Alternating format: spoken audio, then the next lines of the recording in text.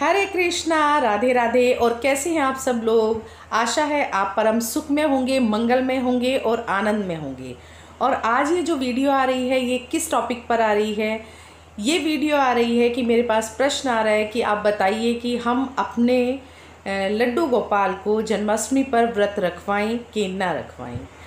तो और बहुत सारे भक्तों के प्रश्न आ रहे हैं कि वो हमारे पुत्र स्वरूप हैं, तो हमारे घर में सभी व्रत रख रहे हैं, तो इस वजह से हमें व्रत रखाना है या नहीं रखाना, आप हमें बताइए। हमें स्पष्ट नहीं हो रहा। तो आपको अपने प्रश्न का उत्तर इस वीडियो में मिलेगा। तो देखिए, सबसे पहले हमें ये समझने की आवश्यकता है कि हम व्रत क्यों करते हैं। तो हम व्रत करते हैं अपनी आत्मा की शुद्धि के लिए, ठीक है।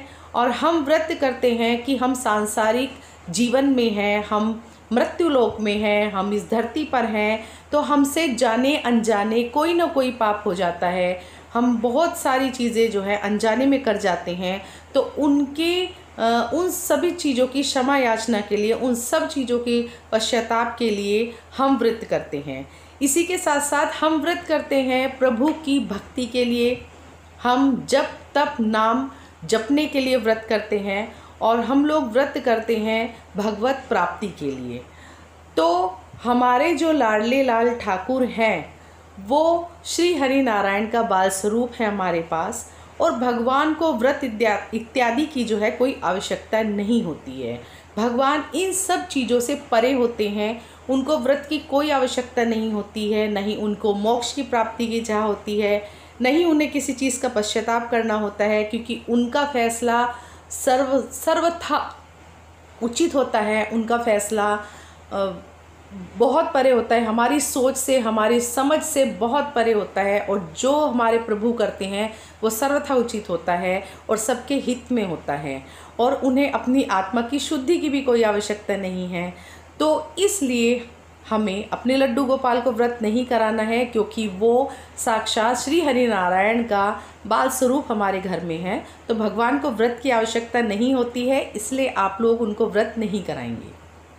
अब कुछ भक्त जो हैं वो प्रश्न करेंगे कि देखिए, वो हमारे घर में बाल स्वरूप हैं, हमारे बच्चे भी सब व्रत कर रहे हैं, हम भी सब व्रत कर रहे हैं, तो वो हमारे बच्चे ही हैं। तो जब सब व्रत कर रहे हैं तो फिर उनको भी हम व्रत कराते हैं।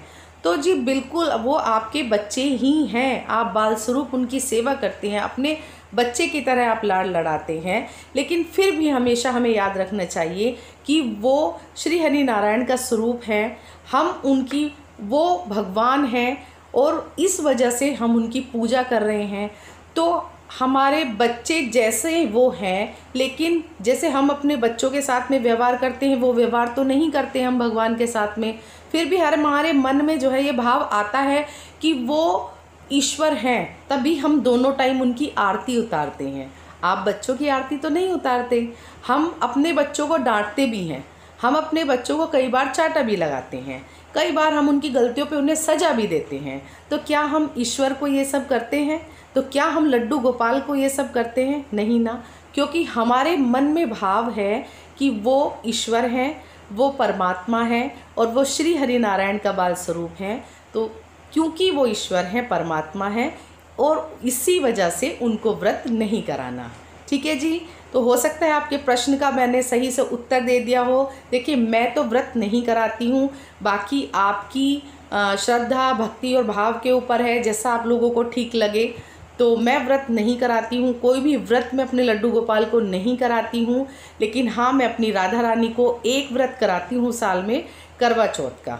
क्योंकि वो जो व्रत है, मुझे ऐसा लगता है वो अपने प्रियतम के लिए व्रत रख रही हैं, तो ये व्रत उनके लिए सही है।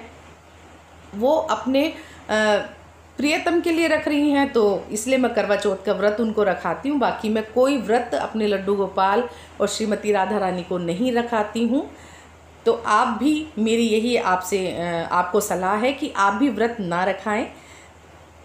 अगर वीडियो पसंद आई है तो लाइक कमेंट शेयर कीजिए। जय श्री राधे।